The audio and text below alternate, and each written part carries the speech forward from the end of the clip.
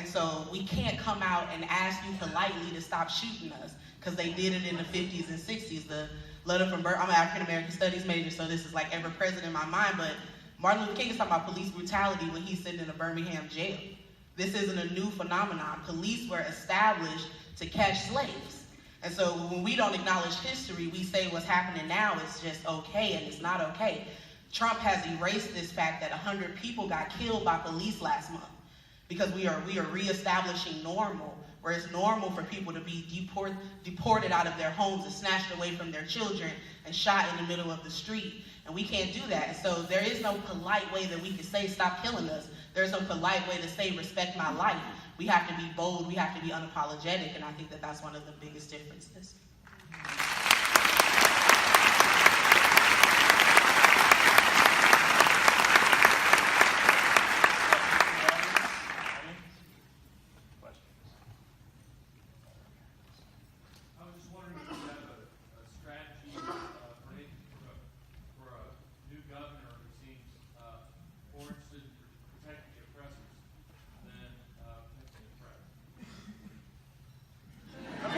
On the Missouri people. Yeah, it's about Eric Greitens basically asking, what are we going to do about a state administration that is pro-police, anti-accountability? And so Missouri's not alone, right? But Missouri has always been and will always be a temperature check for where racism is in the country. We're talking about Dred Scott. The movie's opened up with that. It closes with Mike Brown, where the same conversations are being had 2 centuries later. And so the election of Eric Greitens, the election of Donald Trump, is not something that would have happened had not Black resistance been bold. And that's what happens, you know? Civil rights happened, we got Reagan. Black Power movement happened, we got militarization of police. Black Lives Matter happened, movement for Black Lives Matter, we got Trump. These things are not connected. It is cause and effect. We ask for life, they try to take it. And so Eric Greitens, he won. Democrats lost every, and I don't even identify as a Democrat. I say we because we just all of us losing together, the loser. But Democrats lost every statewide office this past election, and they are a minority in the state legislature. And so part of the work that we have to do, and where I feel like my work lies is locally.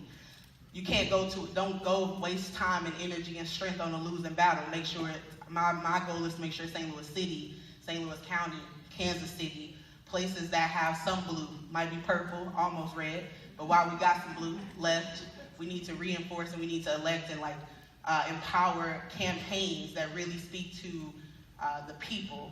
And so on a statewide level, they can pass a Blue Lives Matter Act bill that, and I mean just the rhetoric except Blue Lives Matter, like what people are blue. But we're not gonna go there. So I think the strategy is local. And in these times we need, like the idea of sanctuary city, it has to be sanctuary for everyone, not just for people who are undocumented. It has to be sanctuary for the people, like for Black people too. And that means the police need to be checked. We need to be divesting out of institutions that have historically oppressed us, and budgets happen on a local level. So if we are making sure that the way that we spend money in our own communities reflects the change we want to see, we don't have to worry about Eric Greitens.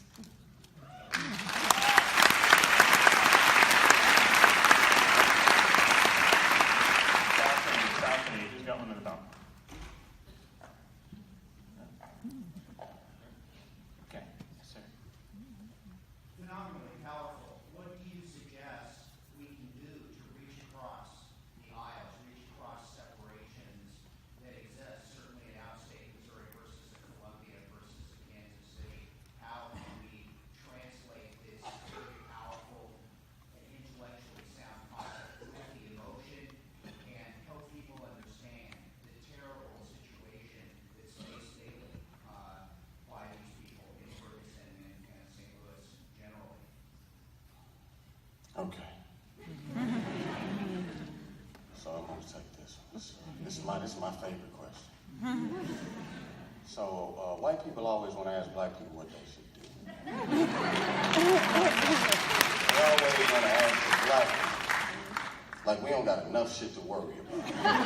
What you should be doing to help the situation. So I say wholeheartedly, with no malice, I think that's up to you to find out. What do you do well? We make movies. We just made one, right? Like, we do what we do, and that's like, we do that, and we got enough to worry about with just plain old survival. And I would just wholeheartedly say, you and every other non-person of color in the room, figure out what you do well, and you get in the game. Get in the game, because while you sit there and you're waiting for us to figure out the answers, we didn't create the problem, right? So we need the people that created the problem to fix it. The only thing that I would add to that is a quote probably pretty well known, but whose source I can't remember right now. A small and determined group of people can change history. I think that, you know, a lot of times there's a critique of preaching to the choir. Don't preach to the choir, right? But if the choir is not in harmony, if the choir is off key, you might need to preach to the choir a little bit. So I'm satisfied with building harmony and coordination and organization amongst the people who are ready and willing. There you go. So I usually follow Damon on this one, and I have a line. I say, "Get in where you fit in." And we like, I'm not asking you to look at Columbia as an entire city or Kansas City as an entire city.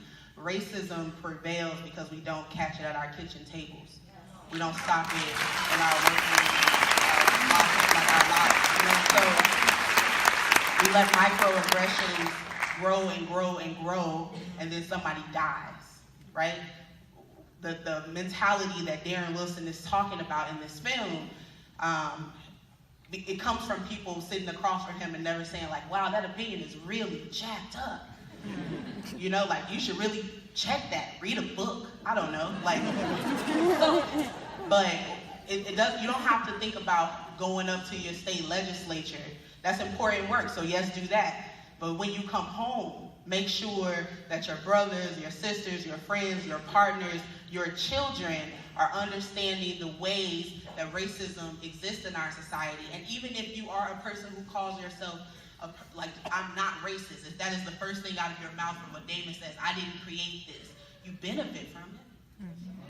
Right? You benefit from it. Wealth gaps in this community, income inequality in this community, these things happen in our society, and those who benefit from them are silent, because why would I want to sacrifice the comfort of whiteness? And so you need to start thinking about that when you look in the mirror, when you look at the person you go home to, when you look at your friends, when y'all go out for a beer, somebody comes on television, someone says something offensive, you got to put your foot down, because that is how this will continue, and it will never stop until all of us decide we can be the change we want to see. Yeah? Okay. I want to say that this is not scripted. This is just how she talks. Like, I want you to know that this is like genius in the works. Like, can we just vote for Kayla Reed for everyone?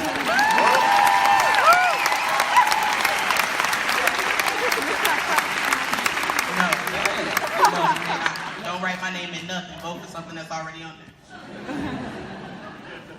Yes, sir. Yeah, I thought it was an interesting editing choice when the protester was talking to the black police officer and she was fighting back tears. And maybe given your last point, I was wondering if you could talk a little bit about that.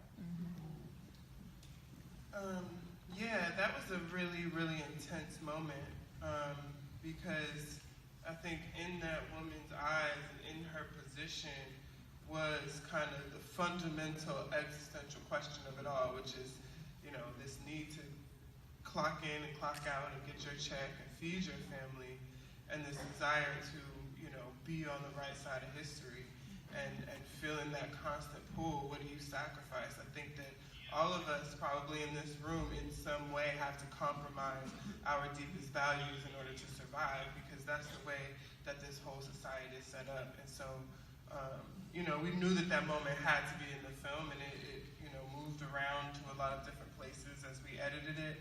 But it was very clear as soon as that happened that, you know, this was a moment that represented something a whole lot bigger. Yeah. And on a personal note, from somebody that has black law enforcement in their family, I know that it's kind of complicated. But at the end of the day, I made my choice, right? I'm standing right here. So I think that again, I think we should really, like Kayla talk to the white people, talk to their family. I talk to my family too. You know what I'm saying? Like it's complicated. We all do things to survive, but I think at the end of the day, we need to make real choices about what side you on. Because like she said, there ain't no blue people. And when those people in my family take their uniform on, they black up under that. So we gotta really think about what side we on and what we stand for, and whose agenda we facilitating. And I think to go back to the Blue Lives Matter thing, even though we said we weren't going to do this, at the end of the day, as much as I deeply, deeply know what that emotion was on her face, if I'm exercising my First Amendment rights and her captain tells her it's time to let the tear gas out, that look on her face doesn't protect me. And so that's the difference between Blue Lives Matter and Black Lives Matter.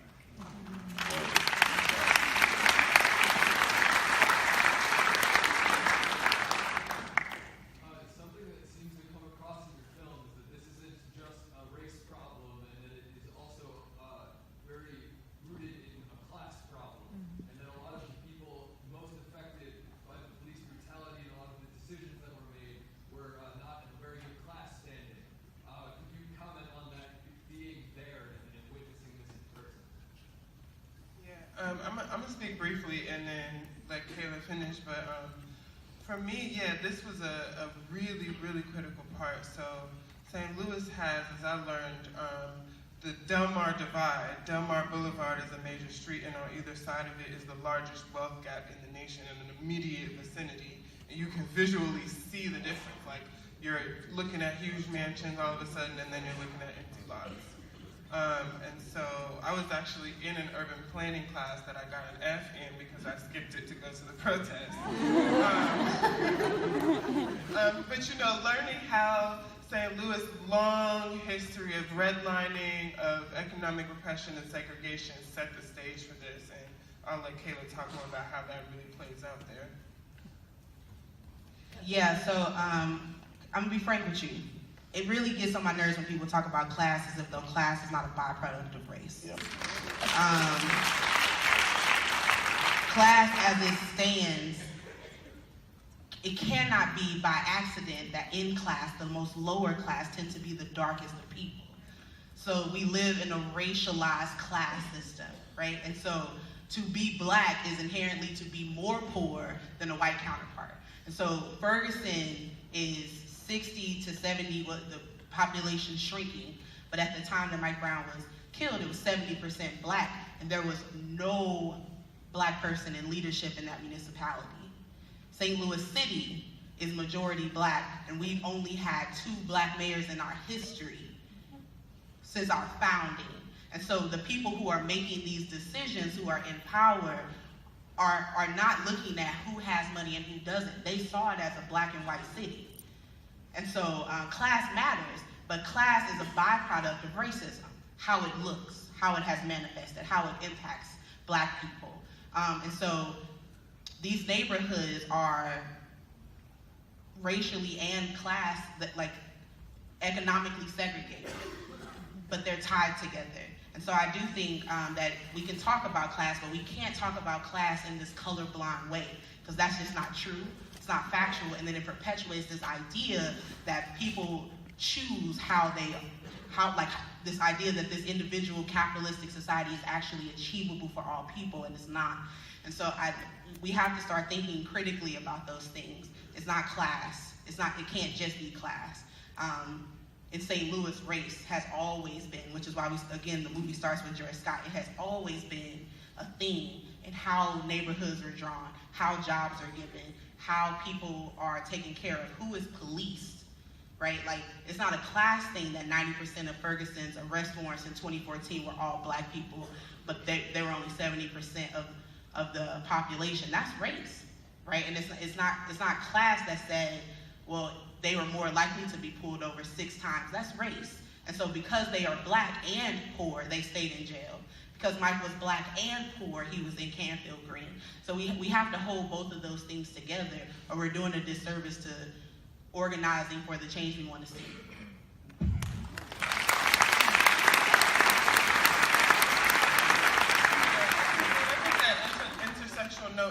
important. I would just want to take it a step further because I often hear people say, well, go vote. Why don't black people vote, right? And, you know, right now, as we sit here, there are more black people incarcerated than there were enslaved during chattel slavery. And when you have a felony, you lose your right to vote. So there has been a non-stop effort in this country to ensure that our voting power actually does not add up to our numbers. And so I just want to remind everybody that all of these things are interconnected. There is none of them exist without the other, and capitalism and racism are absolutely intrinsically embedded with one another. Yes. One final note for the people of color in here. Please do not fool yourself into thinking that by leaving the class that you came from, that you will be protected. By getting a degree that you will be protected. Please do not fool yourself into thinking that. And that's the reason why, like, when we had a class conversation, I want to make sure that my people understand that it is definitely about race. You know what I mean? Like, they will still come and get you in a three-piece suit.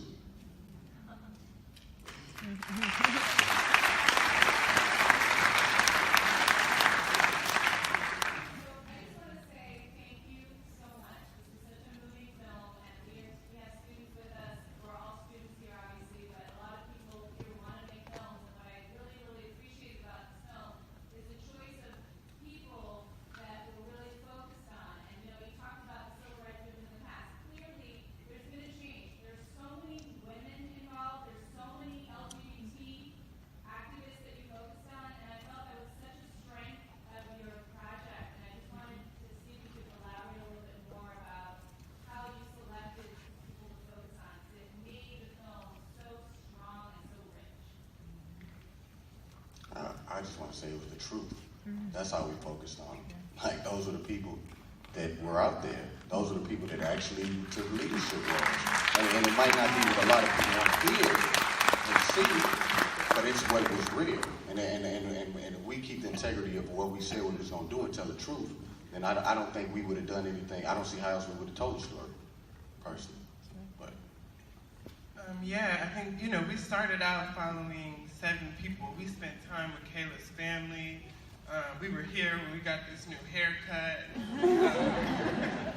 There's a lot that you don't see in this film. There are a lot of people who were part of this, and a lot of them were even more queer black women, and a lot of them were black men, and a lot of them were older, and some of them were even younger. They're high school students that participated. And so it's important to always remember when you're looking at any piece of history, unless you're looking at a primary source, you know, you're not getting the full scope. You're never going to get the full story. And so we try to do as much as we can to never make it seem like this was ever about one monolithic, let alone male, you know, cis, heterosexual, charismatic leader that we've been used to assuming that's the hero, that's the Messiah that we're waiting for. The Messiah is everybody, and the Messiah are the people that we actually think of as the victims. It's the people who are most marginalized because they know what is best. Really, for all of us, as a black woman, you have to observe everyone around you and learn how to navigate the world. And we have a vested interest in peace for everybody, because that's the only way that I see for us to have peace for ourselves and our children. And so we really wanted to make a film that would encourage people to respect and honor that leadership, and, you know, not see the passion as just anger, not see it as completely oppositional, but to see it as that frustration comes when you love so hard that you have to see, you know, that person or that thing be better.